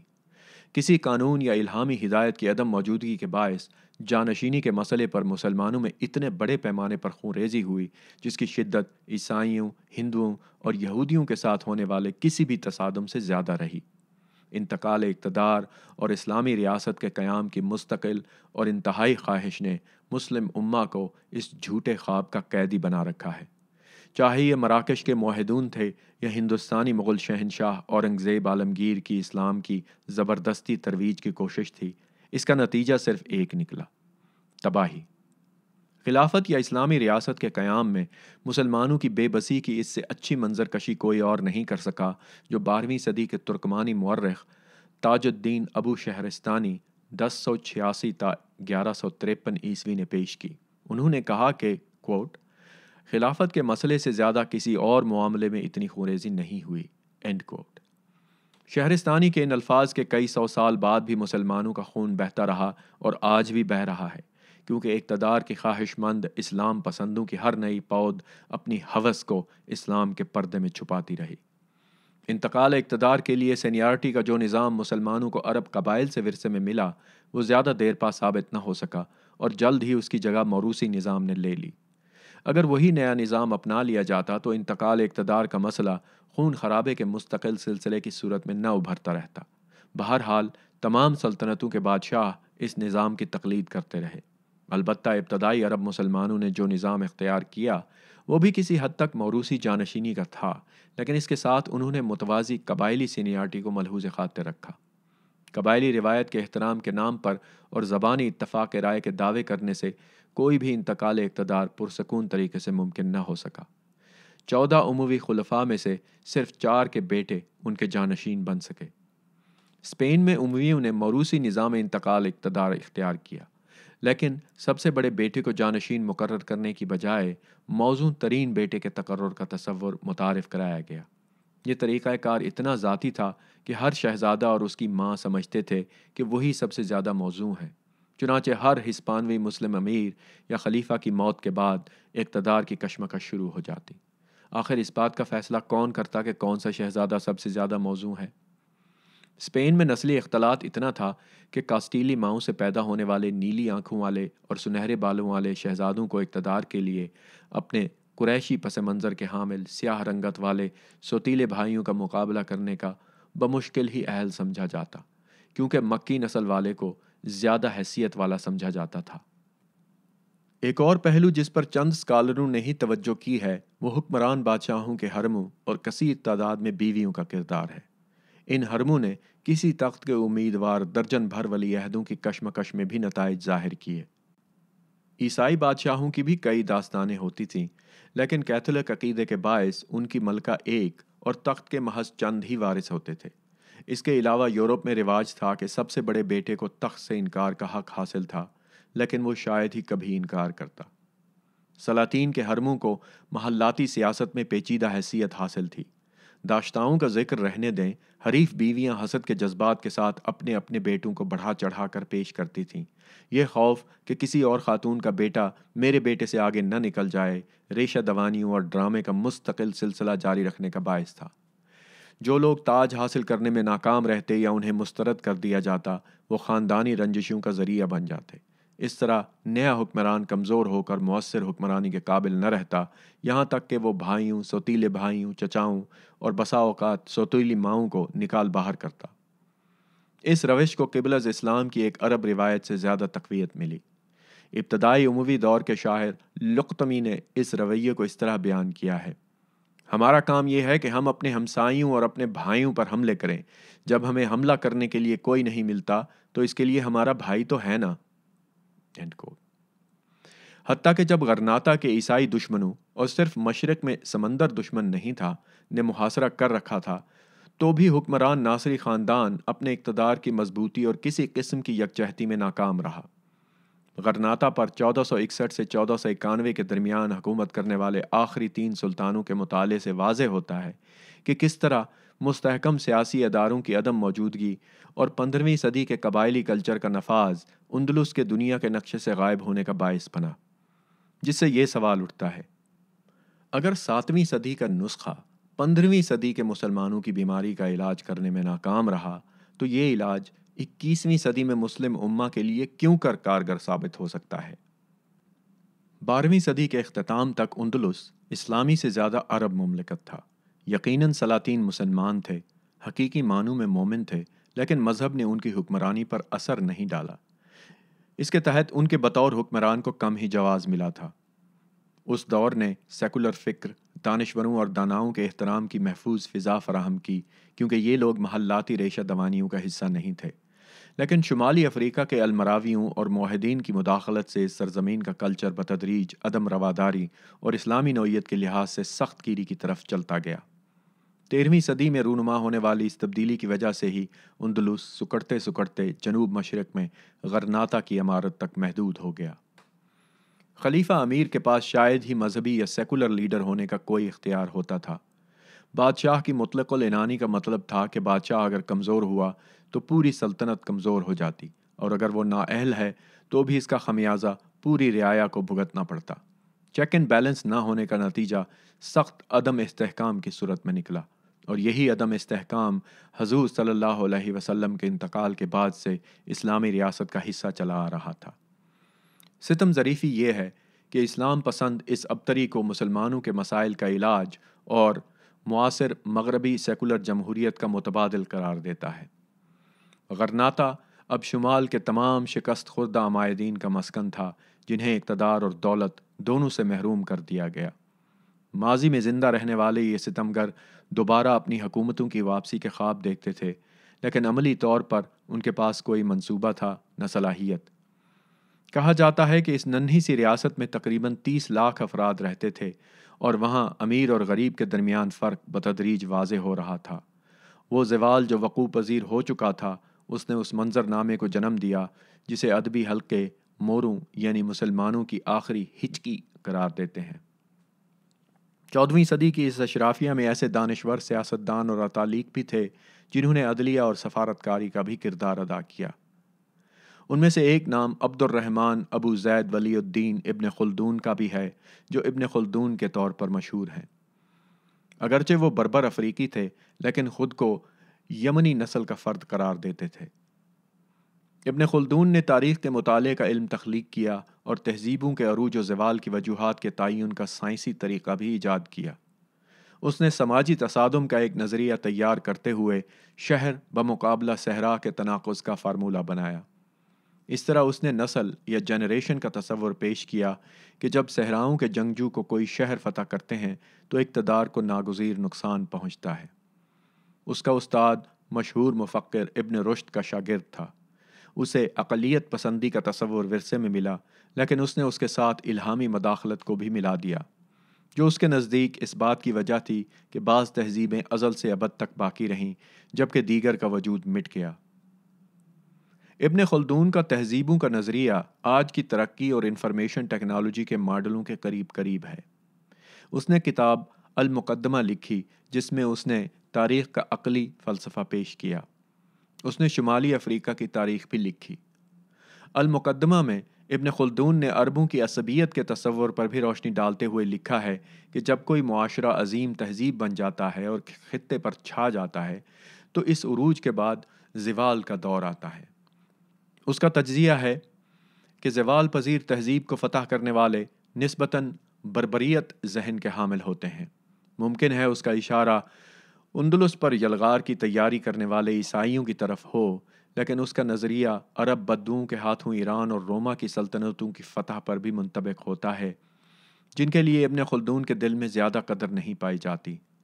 وہ محسوس کرتا تھا کہ جب غیر شائستہ افراد کا گروہ کسی زوال پذیر تہذیب پر حملہ آور ہوتا ہے تو وہ ان کے آرٹس، ادب اور دانشورانہ طرز عمل کے اعلیٰ ذوق کا قیدی بن جاتا ہے۔ ابن خلدون کے دور میں پوری اسلامی دنیا انتہائی ابتری کے دور سے گزر رہی تھی۔ فلسطین اور یروشلم حال ہی میں صلیبی جنگوں کے سانحے سے باہر نکلے تھے۔ 1258 عیسوی میں منگولوں نے عباسی خلافت کا رہا سہا دمخم بھی نکال دیا تھا، بغداد میں قتل عام کرتے ہوئے شہر کو آگ لگا دی تھی۔ خود ابن خلدون کے اپنے غرناطہ میں ہسپانوی عیسائیوں کی تحریک ختم نو ناقابل مزاحمت بنتی جا رہی تھی۔ ابن خلدون کا موقف ہے کہ عرب قبائلیت کا نتیجہ موروثی نسلی قسم کی حکومت میں نکلا اور یہ بدوی اور شہری طرز زندگی دونوں میں سرایت کر گیا۔ انہوں نے کہا کہ اس تضاد کے اندر ہی تباہی کے بیج بو دیے گئے۔ انہوں نے پیشین گوئی کی کہ بندوبستی آبادی اور حکمران طبقے کا پرتعیش طرز زندگی لوگوں کی بقا اور لڑائی کی صلاحیت، بالخصوص خانہ بدوشوں کی خصوصیات پر سمجھوتا کرے گا۔ ابن خلدون نے اسپین کے مسلمانوں میں زوال کے آثار محسوس کر لیے تھے، اور اگر آج وہ زندہ ہوتا تو وہ یہی کچھ امریکہ اور اس کے عالمی استعماری نظریے کے بارے میں کہتا۔ ابن خلدون نے لکھا کہ اپنی یہ ضرورت پوری کرنے کی خواہش سے مغلوب لوگوں کو جلد اخلاقی انحطاط کا سامنا کرنا پڑے گا۔ اس کے نتیجے میں اندرونی زوال یا ختم کے باعث حکومتیں ختم ہو جاتی ہیں۔ ہو سکتا ہے کہ ابن خلدون کا غرناطہ کی ناصری بادشاہت تک پیغام پہنچنے میں تاخیر ہو چکی ہو، لیکن یہ آج کی مغربی تہذیب کے لیے بھی قابل عمل ہے، جیسا کہ ہم جانتے ہیں۔ غرناطہ میں آخری 3 اشروں میں 3 سلطان اقتدار کی میوزیکل چیئر کا کھیل کھیلتے رہے۔ ان میں 2 بھائی مولا ابو الحسن اور محمد الزاغل اور ابو الحسن کا بیٹا ابو عبداللہ محمد شامل تھے۔ آخر سلطان غرناطہ ابو عبداللہ کو بوبدل کے نام سے بھی جانا جاتا ہے۔ ابو الحسن جو 1461 میں اپنے والد سعد کو معزول کرنے اور اسے سالوبرینا کے قلعے میں قید کرنے کے بعد شاہ خلیفہ بنا، کو پتہ چلا کہ اس کے بھائی الزاغل نے ہمسایہ شہر ملاگا پر قبضہ کر لیا ہے۔ دشمن ان کی گردن تک پہنچ چکا تھا، لیکن اندلس کی باقی ماندہ مسلمان اشرافیہ قصاب کی دکان پر چھچڑوں کے لیے لڑنے والے بھوکے کتوں کی طرح لڑ رہی تھی۔ ابو الحسن مرحوم سعد کا بڑا بیٹا تھا، لیکن الزاغل کو عوامی حمایت حاصل تھی۔ ایک بار پھر جانشینی کے کسی قاعدے کی عدم موجودگی مسلمانوں کو ڈس رہی تھی، چاہے وہ اسپین کے ایک کونے میں بے یار و مددگار ہی پڑے تھے۔ مسلمانوں کی خوش قسمتی تھی کہ الزاغل کو اپنی امارات کو درپیش خطرے کا ادراک تھا، اور اس نے اسلامی تاریخ میں کم ہی نظر آنے والے انسان دوستی اور علی ابن ابی طالب کے رویے کا احاطہ کرتے ہوئے اپنے بھائی سے رابطہ کیا اور کہا کہ غرناطہ کے عوام کے وسیع تر مفاد میں کام کرنے کے لیے امن قائم کیا جائے۔ اس طرح خانہ جنگی کا خطرہ ٹل گیا اور ابو الحسن نے اپنے 22 سالہ دور کا آغاز کیا۔ اس کے پرہوس میلان طبع اور شراب اور عورت کے لیے اس کی حرص سے ثابت ہوا کہ امہ کے مفادات کا تحفظ اس کی نچلی ترین ترجیح تھا۔ جہاں جنوب سے بربروں کے حملوں نے محدود فوجی وسائل کو نقصان پہنچایا، وہاں عیسائی فوجوں کے حملوں میں اپنی زمینوں اور جائیدادوں سے محرومی پر عمائدین اور ان کے حامی مایوسی کا شکار تھے، اور اس سے صورتحال دھماکہ خیز بن گئی۔ قبائلی شورش کا خطرہ محسوس کرتے ہوئے سلطان نے ابن سراجس کے لیڈروں کو الحمرا کے عظیم ہال میں بظاہر مشورت کے لیے مدعو کیا، اور جب وہ سب وہاں جمع ہو گئے تو انہیں تحقیق کر ڈالا۔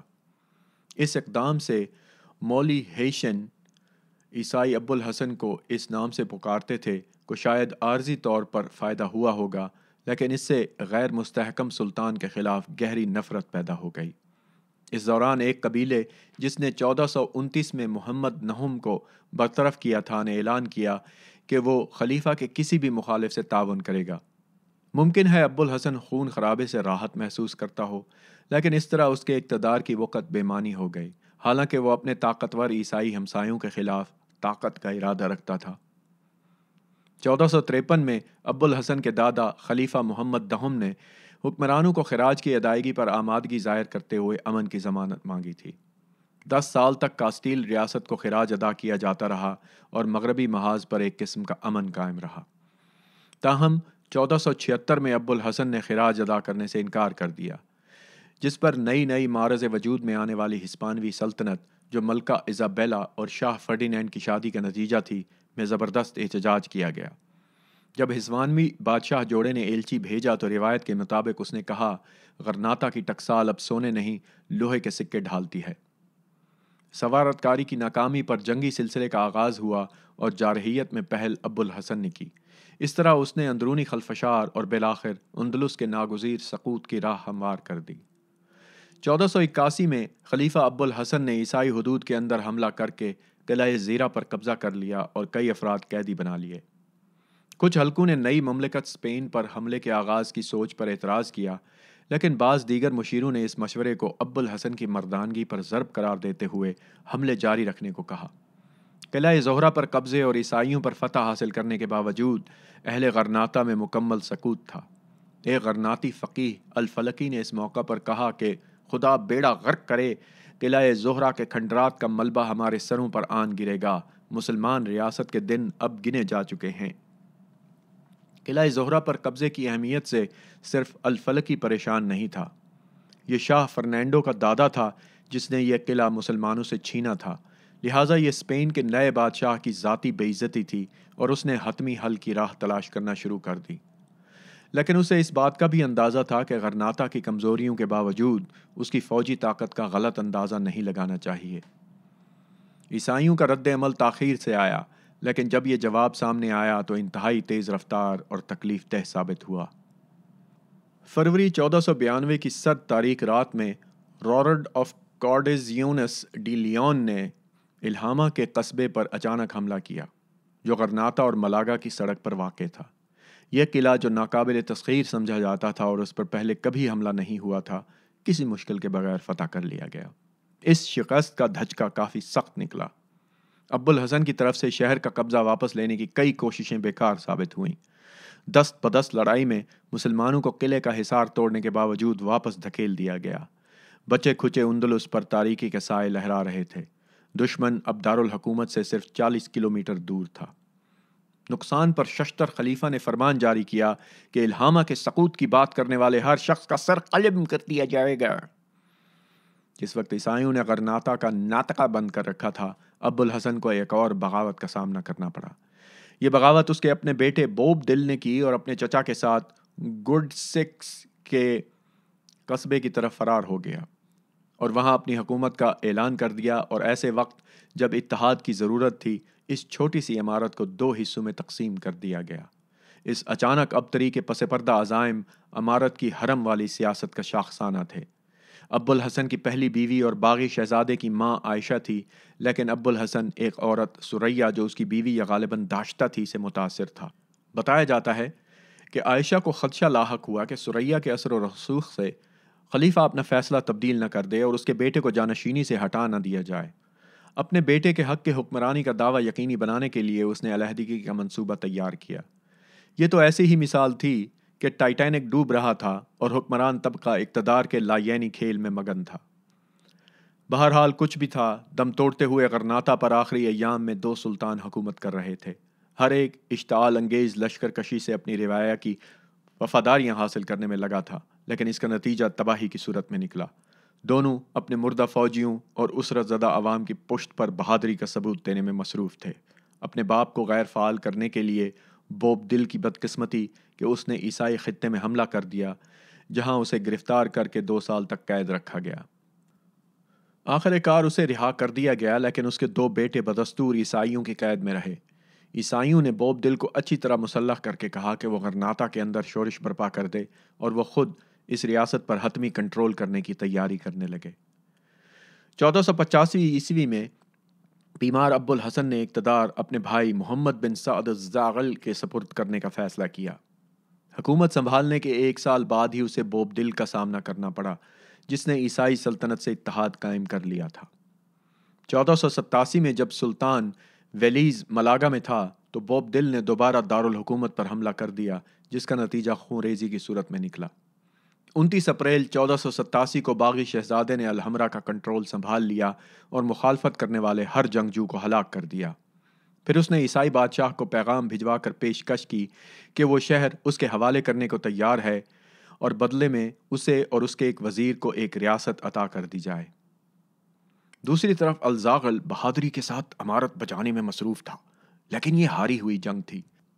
کئی ممتاز مسلمان حسب معمول عیسائیوں کے ساتھ اس وعدے پر مل گئے کہ انہیں ہتھیار ڈالنے پر ان کی جائیدادوں سے محروم نہیں کیا جائے گا۔ ایک مسلمان کمانڈر نے عیسائیت قبول کر کے اپنی فوج ہی ختم کر دی۔ پہلے بیضا، پھر المیریا اور آخر میں 30 دسمبر 1479 کو گورڈکس ہاتھ سے نکل گیا۔ الزاغل کو پتہ چل گیا کہ اب کچھ باقی نہیں رہ گیا۔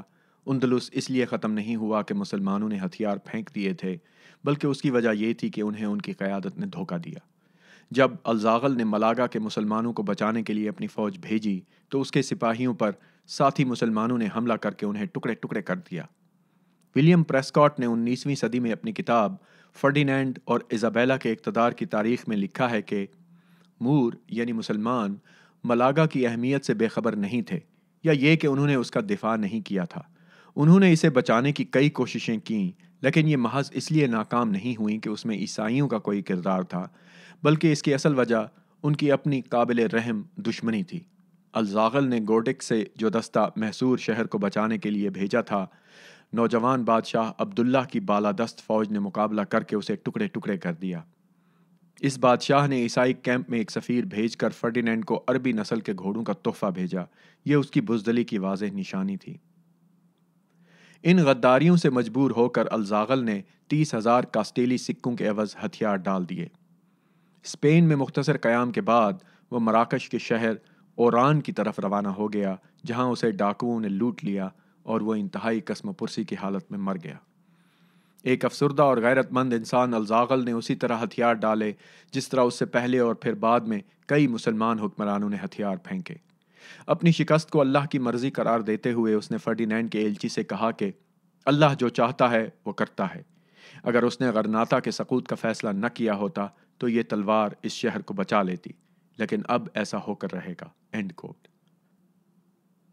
اب بوب دل غرناطہ کا بلا شرکت غیر حکمران تھا، لیکن اس کی ریاست کی حدود انتہائی حد تک سکڑ چکی تھی۔ جلد ہی اس نے محسوس کر لیا کہ شاہ فرڈینینڈ نے جو وعدے کیے تھے وہ ان کا ایفا مشکل نظر آ رہا ہے۔